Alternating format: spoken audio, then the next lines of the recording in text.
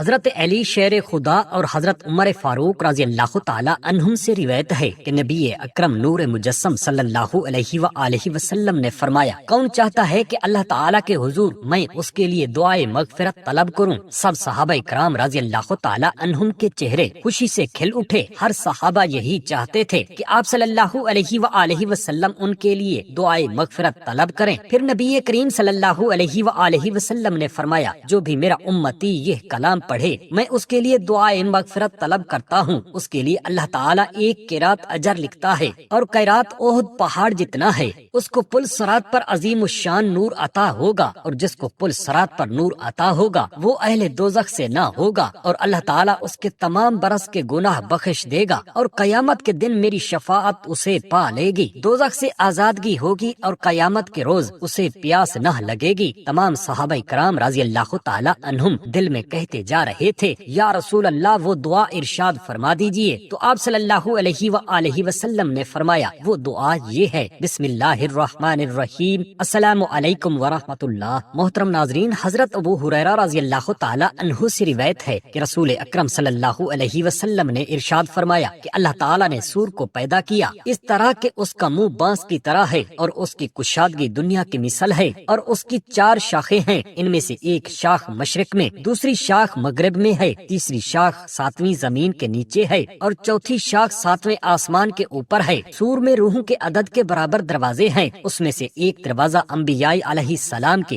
روح کے لیے ہے، ایک دروازہ فرشتوں کی روح کے لیے ہے، ایک جنوں کی روح کے لیے ہے، اور ایک دروازہ انسانوں کی ارواح کے لیے ہے، اور اسی طرح شیطانوں اور درندوں، وحشی جانوروں اور حشرات الارض یعنی زمین کے کیڑے مکوڑے، حتیٰ کہ چیونٹی اور مچھر وغیرہ کی روح کے لیے دروازے ہیں۔ اور اللہ تعالیٰ نے سور حضرت اسرافیل علیہ السلام کو عنایت کیا ہے، وہ اس کو اپنے منہ پر رکھے ہوئے ہیں اور منتظر ہیں کہ کب پھونکنے کا حکم دیا جائے گا، تو وہ اسے 3 مرتبہ پھونکیں گے۔ پہلی مرتبہ ڈر اور گھبراہٹ کا نفخہ پھونکنا ہوگا، تو ان لوگوں کے علاوہ جن کو اللہ تعالیٰ چاہے گا تمام مخلوق جو آسمان اور زمینوں میں سب کے سب ڈر جائیں گے، اور اللہ تعالیٰ حضرت اسرافیل علیہ السلام کو حکم دے گا اور وہ اس کو پھونکیں گے تو پہاڑ چمکدار ریت کی طرح ہو جائیں گے، آسمان موج مارے گا اور سخت گردش میں آئے گا، اور زمین جنبش میں آئے گی، جس طرح کے پانی میں کشتی طوفان کے دوران ہچکولے کھاتی ہے۔ حاملہ عورتیں بچے گرا دیں گی، اور دودھ پلانے والی عورتیں بچوں کو دودھ پلانا بھول جائیں گی، لڑکے بوڑھے ہو جائیں گے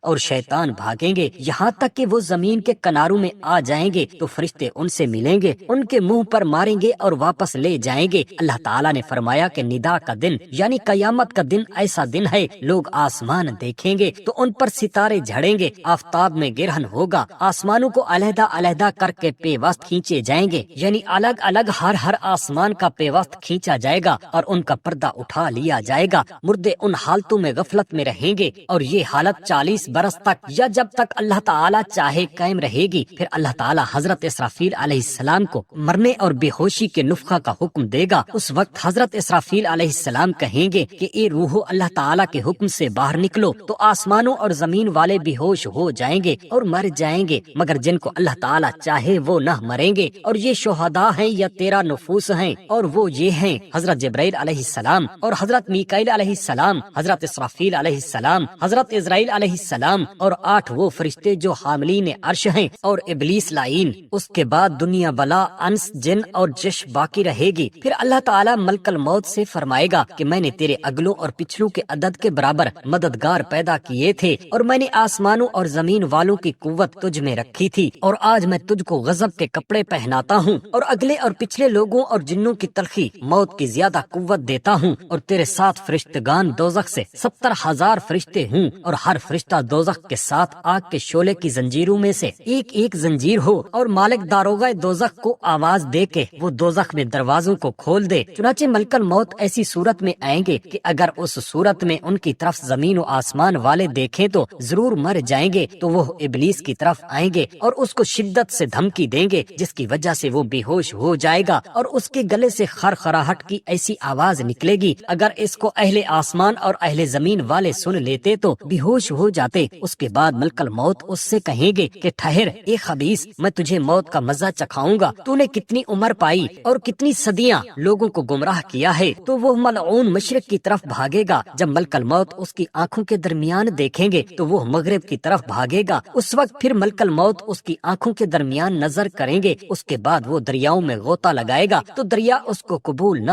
کریں گے، چنانچہ ہمیشہ بھاگتا ہی رہے گا اور اس لیے پناہ کی کوئی جگہ نہ ہوگی، یہاں تک کہ وقت دنیا میں حضرت آدم علیہ السلام اس کی قبر پر کھڑا ہوگا اور کہے گا، اے آدم علیہ السلام، تمہاری وجہ سے میں مردود و ملعون ہوا۔ پھر وہ لعین ملکل موت سے کہے گا کہ تم مجھے کسی پیالہ سے پلاؤ گے اور کس عذاب سے میری روح قبض کرو گے؟ تو ملکل موت اس سے کہیں گے کہ شعلہ آتش اور گرم آگ کے پیالہ سے، اور ابلیس خاک میں لوٹے گا، کبھی چلائے گا اور کبھی بھاگے گا، حتیٰ کہ جب وہ اس جگہ ہوگا جہاں وہ اتارا کیا تھا اور ملعون ہوا تھا، تو فرشتگان دوزخ اس کے لیے زنبورے اور آرے قائم کریں گے، زمین چنگاری کی طرح ہو جائے گی اور زبانیہ فرشتے اس کو گھیر لیں گے اور زنبوروں اور آروں سے اس کو چیریں گے جب تک اللہ تعالیٰ چاہے گا، اس وقت تک حالت نزا اور موت کے غصہ کا شکار رہے گا۔ پھر اللہ تعالیٰ دریاؤں کو حکم دے گا کہ وہ فنا ہو جائیں، بے شک ان کی مدت گزر چکی۔ دریا کہیں گے کہ ٹھہرو، ہم اپنی جانوں پر توجہ کر لیں، ہائے ہائے خزانے اور وہ ہماری عجائبات کدھر گئے؟ اس کے بعد ملکل موت ان پر ایک سخت چیخ مارے گا تو ان کے نشان بھی نیست و نابود ہو جائیں گے، گویا وہ تھے ہی نہیں۔ پھر اللہ تعالیٰ ملکل موت کو حکم فرمائے گا کہ وہ پہاڑوں کو حکم دے کہ وہ فنا ہو جائیں، اس لیے کہ ان کی مدت ختم ہو چکی ہے، چنانچہ وہ کہیں گے کہ دم لو، ذرا ہم اپنی جانوں پر رو لیں، ہمارے خرمے کے درخت اور درختوں کی جمعیت کہاں ہے اور ہمارے تودے کہاں ہیں؟ اس کے بعد ملکل موت ان پر ایک سخت چیخ مارے گا تو وہ پگھل جائیں گے، پھر وہ زمین کو حکم دے گا کہ وہ فنا ہو جائے کیونکہ اس کی مدت تمام ہو چکی ہے، تو زمین کہے گی کہ مہلت دو تاکہ ہم اپنی جانوں پر رو لیں۔ زمین کہے گی، ہائے ہمارے بادشاہ اور ہمارے درخت اور ہماری نہریں کہاں ہیں؟ تو ملکل موت اس پر سخت چیخ مارے گا اور اس کی دیواریں گر پڑیں گی اور اس کے پانی جوش ماریں گے۔ پھر ملکل موت آسمان پر چڑھے گا اور اس پر ایک سخت چیخ مارے گا تو اس کے سورج اور چاند میں گرہن لگے گا اور ستارے تاریک اور بے نور ہو جائیں گے۔ پھر اللہ تعالیٰ فرمائے گا کہ اے ملکل موت، میری مخلوق میں سے اب کون باقی رہا؟ ملکل موت کہے گا کہ جبرائیل و میکائیل، اسرافیل و عزرائیل باقی ہیں۔ اس کے بعد اللہ تعالیٰ ملکل موت سے فرمائے گا کہ جبرائیل کی روح قبض کرو، چنانچہ وہ ان کی روح قبض کرے گا تو وہ بڑے تودا کی طرح گر پڑیں گے۔ پھر اللہ تعالیٰ ملکل موت سے فرمائے گا کہ میکائیل کی روح قبض کرو، چنانچہ وہ اسی طرح روح قبض کرے گا۔ پھر فرمائے گا کہ اسرافیل کی روح نکال لو تو وہ ان کی بھی جان قبض کرے گا۔ پھر اللہ تعالیٰ ملکل موت سے فرمائے گا کہ اے ملکل موت، تو بھی جا اور جنت و دوزخ کے درمیان مر جا، تو ملکل موت بھی وہیں مر جائیں گے۔ اس کے بعد اللہ تعالیٰ فرمائے گا کہ آج کس کی بادشاہت ہے؟ تو کوئی اس کا جواب نہ دے گا۔ پھر اس کو 2-3 مرتبہ فرمایا جائے گا اور کوئی اس کو جواب نہ دے گا تو اللہ تعالیٰ خود ہی فرمائے گا کہ اس یگانہ اور یکتا کی بادشاہت ہے جو بڑا قہر کرنے والا ہے۔ پھر فرمائے گا کہ کہاں ہیں بادشاہان اور کہاں ہیں متکبران اور کہاں ہیں جابران؟ اس کے بعد پہاڑ دھنگی ہوئی روئی کی طرح کر دیے جائیں گے، پھر وہ زمین کے جس پر گناہ کیے گئے ہیں ملا دی جائے گی اور اس پر جہنم قائم کی جائے گی، اور اللہ تعالیٰ اس زمین کے بدلے دوسری زمین جو نہایت ہی سفید ہوگی پیدا کرے گا، تو اس پر جنت قائم کی جائے گی اور اس پر تمام مخلوق جمع کی جائے گی۔ اس کے بعد اللہ تعالیٰ جبرائیل و میکائیل و اسرافیل اور اسرائیل کے زندہ ہونے کا حکم دے گا، چنانچہ سب سے پہلے اسرافیل علیہ السلام زندہ ہوں گے اور عرش سے سور لیں گے، پھر رضوان داروغہ جنت کے پاس جائیں گے اور اس سے کہیں گے کہ حضرت محمد صلی اللہ علیہ وآلہ وسلم کی امت کے لیے جنت کو آراستہ کرو۔ اس کے بعد حضرت جبرائیل علیہ السلام جنت سے براق لائیں گے کہ اس پر زین کسا ہوگا اور لگام دی ہوگی، اور اس کے ساتھ نشان حمد اور جنت کی چادروں میں سے 2 چادریں بھی ہوں گی، اور وہ ہموار زمین سے گزریں گے اور سرکار دو عالم صلی اللہ علیہ وسلم کی قبر انور کو نہ دیکھیں گے۔ اس کے بعد آپ کی قبر سے نور کا ایک ستون ظاہر ہوگا جو آسمان کے کناروں تک پہنچے گا۔ اس کے بعد جبرائیل علیہ السلام کہیں گے کہ اے اسرافیل، حضرت محمد صلی اللہ علیہ وسلم کو پکارو، بے شک تمہاری ندا سے تمام مخلوقات جمع ہو جائے گی۔ تو حضرت اسرافیل علیہ السلام کہیں گے کہ اے جبرائیل، تم سرکار دو عالم صلی اللہ علیہ وسلم کے دنیا میں دوست تھے، تم ہی ان کو پکارو۔ جبرائیل علیہ السلام کہیں گے کہ میں ان سے شرماتا ہوں۔ پھر اسرافیل علیہ السلام اصرار کریں گے کہ تم ہی پکارو، چنانچہ جبرائیل علیہ السلام کہیں گے کہ السلام علیکہ یا محمد صلی اللہ علیہ وسلم، مگر کوئی اس کا جواب نہ دے گا۔ اس کے بعد جبرائیل علیہ السلام اسرافیل سے کہیں گے کہ تم پکارو۔ اسرافیل علیہ السلام کہیں گے کہ پاک روح مقدسہ اور حساب کے فیصلہ کے لیے اور اللہ رحمان کے حضور میں پیشی کے لیے اٹھ جا۔ چنانچہ قبر شک ہوگی تو دیکھیں گے کہ آپ اس میں بیٹھے ہیں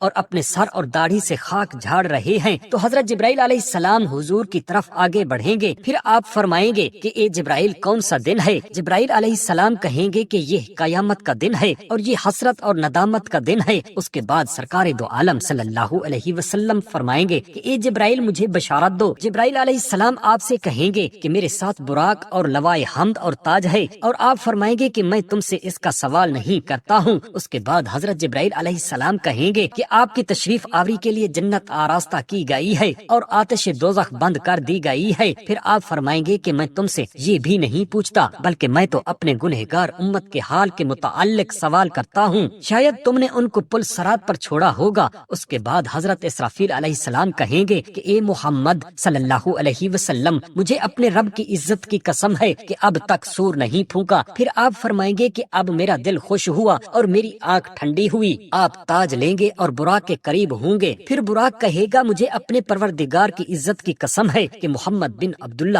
صاحب قرآن کے علاوہ دوسرا کوئی مجھ پر سوار نہیں ہو سکتا۔ آپ فرمائیں گے کہ میں ہی محمد ہوں۔ یہ کہہ کر آپ اس پر سوار ہو جائیں گے اور جنت کے داروغہ کی طرف تشریف لے جائیں گے اور سجدہ میں گر پڑیں گے تو منادی ندا دے گا کہ اپنا سر اٹھائیے، یہ رکوع اور سجود کا دن نہیں ہے بلکہ حساب اور عذاب کا دن ہے۔ سر اٹھاؤ اور مانگو، دیے جاؤ گے۔ تو آپ عرض کریں گے کہ الہی تو نے میری امت کے بارے میں مجھ سے وعدہ کیا تھا۔ اللہ تعالیٰ فرمائے گا کہ میں تم کو وہ چیز دوں گا جس سے تم راضی ہو جاؤ گے۔ پھر اللہ تعالیٰ اسرافیل علیہ السلام کو حکم دے گا تو وہ سور پھونکیں گے اور کہیں گے کہ اسے سڑی ہڈیوں اور اے جسموں اور ایک کھالو جو پارا پارا ہو گئی ہو اور گرنے والے بالوں حق اور باطل کے درمیان میں فیصلہ کے لیے اٹھو۔ تو لوگ اللہ تعالیٰ کے حکم سے اٹھیں گے اور آسمان کی طرف دیکھیں گے کہ پارا پارا ہو چکا ہوگا، اور زمین کی طرف دیکھیں گے کہ وہ بدل دی گئی ہوگی، اور آفتاب کی طرف دیکھیں گے کہ اس میں گرہن لگا ہوگا، اور وہ ماہ گابن اونٹنیوں کی طرف دیکھیں گے کہ وہ چھوڑ دی گئی ہیں، ان کی کوئی حفاظت نہیں کرتا ہے، اور ترازو ہائے عمل قائم کی گئی ہے اور جنت قریب کی گئی ہے، اور اسی طرح اور باتیں دیکھیں گے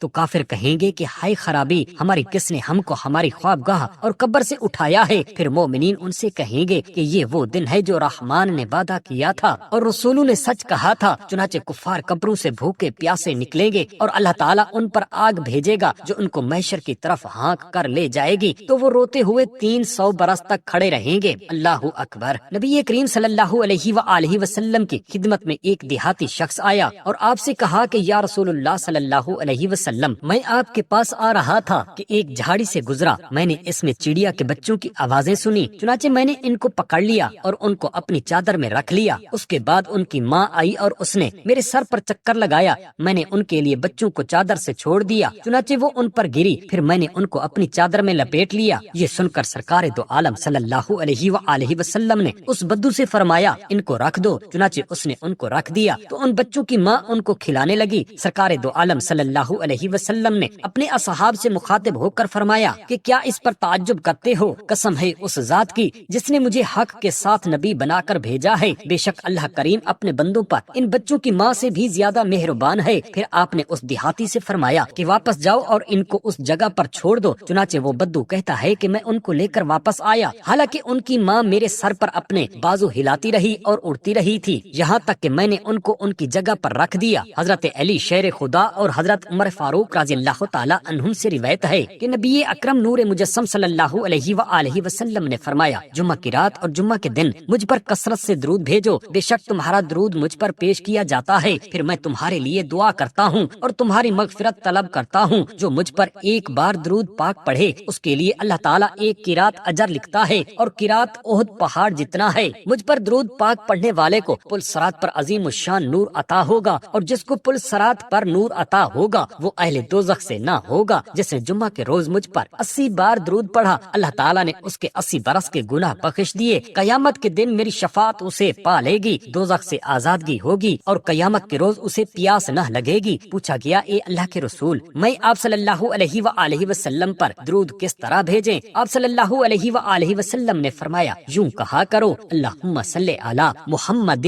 عبدک و نبیک و رسولک النبی الامی۔ حضرت ابوبکر صدیق رضی اللہ تعالی عنہ ایک رات سوئے تو آپ نے ایک عجیب خواب دیکھا، چنانچہ خواب میں آپ روئے، حتیٰ کہ پڑوسیوں نے رونے کی آواز سنی، اور حضرت عمر بن خطاب رضی اللہ تعالی عنہ نے اتفاقاً گزرے اور رونے کی آواز سنی، انہوں نے دروازہ کھٹکھٹایا اور حضرت ابوبکر صدیق رضی اللہ تعالی عنہ خواب سے بیدار ہوئے اور دروازہ جلدی ہمدردی سے کھولا، حالانکہ ان کے آنسو جاری تھے۔ حضرت عمر فاروق رضی اللہ تعالی عنہ نے ان کو دیکھا اور پوچھا کہ یہ رونا کیسا ہے؟ حضرت ابو بکر صدیق رضی اللہ تعالی عنہ نے فرمایا کہ تمام صحابہ کو میرے پاس بلا لاؤ تاکہ میں ان حضرات کو اس بارے میں بتاؤں۔ چنانچہ حضرت عمر فاروق رضی اللہ تعالی عنہ نے سب کو جمع کیا۔ اس کے بعد حضرت ابو بکر صدیق رضی اللہ تعالی عنہ نے فرمایا کہ بے شک میں نے خواب دیکھا ہے کہ قیامت قائم ہے، اور میں نے نور کے ممبروں پر ایسے لوگوں کو دیکھا جن کے چہرے روشن ستارے کی طرح تھے۔ میں نے ایک فرشتے سے پوچھا کہ یہ کون لوگ ہیں؟ اس نے کہا کہ یہ انبیاء علیہ السلام ہیں اور حضرت محمد صلی اللہ علیہ وسلم کا انتظار کر رہے ہیں، اس لیے کہ ان کے ہاتھ میں شفاعت کی چابی ہے۔ میں نے کہا حضرت محمد صلی اللہ علیہ وآلہ وصحبہ وسلم کہاں ہیں؟ مجھے ان کے پاس لے چلو، اس لیے کہ میں اور ان کا خادم یار ابو بکر ہوں۔ چنانچہ وہ فرشتہ مجھے حضور نبی کریم صلی اللہ علیہ وآلہ وسلم کی خدمت میں لے گیا۔ میں نے آپ کو عرش کے پایا کے نیچے دیکھا اور آپ کا امامہ آپ کے سامنے رکھا ہوا تھا،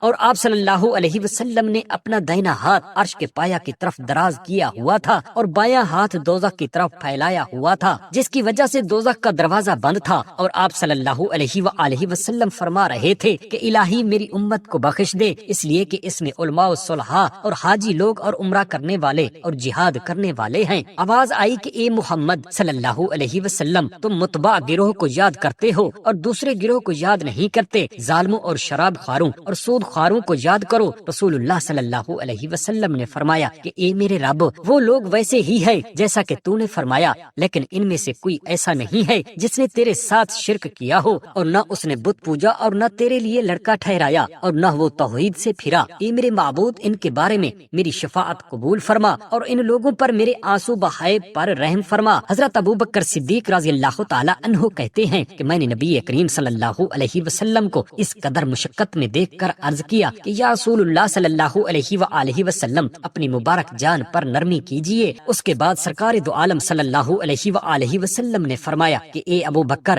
میں نے اپنے رب کے حضور میں گریہ وزاری کی اور اس نے میری امت کے بارے میں میری شفاعت قبول فرمائی۔ میں نے آپ سے پوچھا کہ اللہ تعالیٰ نے سب کو بخش دیا ہے یا بعض کو بخشا بعض کو نہیں؟ اے عمر، تم نے جواب سے پہلے مجھ پر دروازہ کھٹکھٹایا۔ اسی اثنا میں ایک منادی نے گھر کے اندر سے آواز دی کہ اے ابو بکر، سب کے سب بخش دیے گئے ہیں۔ اس کو منادی نے 3 مرتبہ کہا تو حضرت ابو بکر و عمر فاروق رضی اللہ تعالی عنہم نے اللہ تعالیٰ کا شکریہ ادا کیا۔ سبحان اللہ، اللہ پاک ہم تمام مسلمان بہن بھائیوں کے گناہوں پر نرمی فرمائے، آمین یا رب العالمین۔ جزاک اللہ خیرا کثیرا۔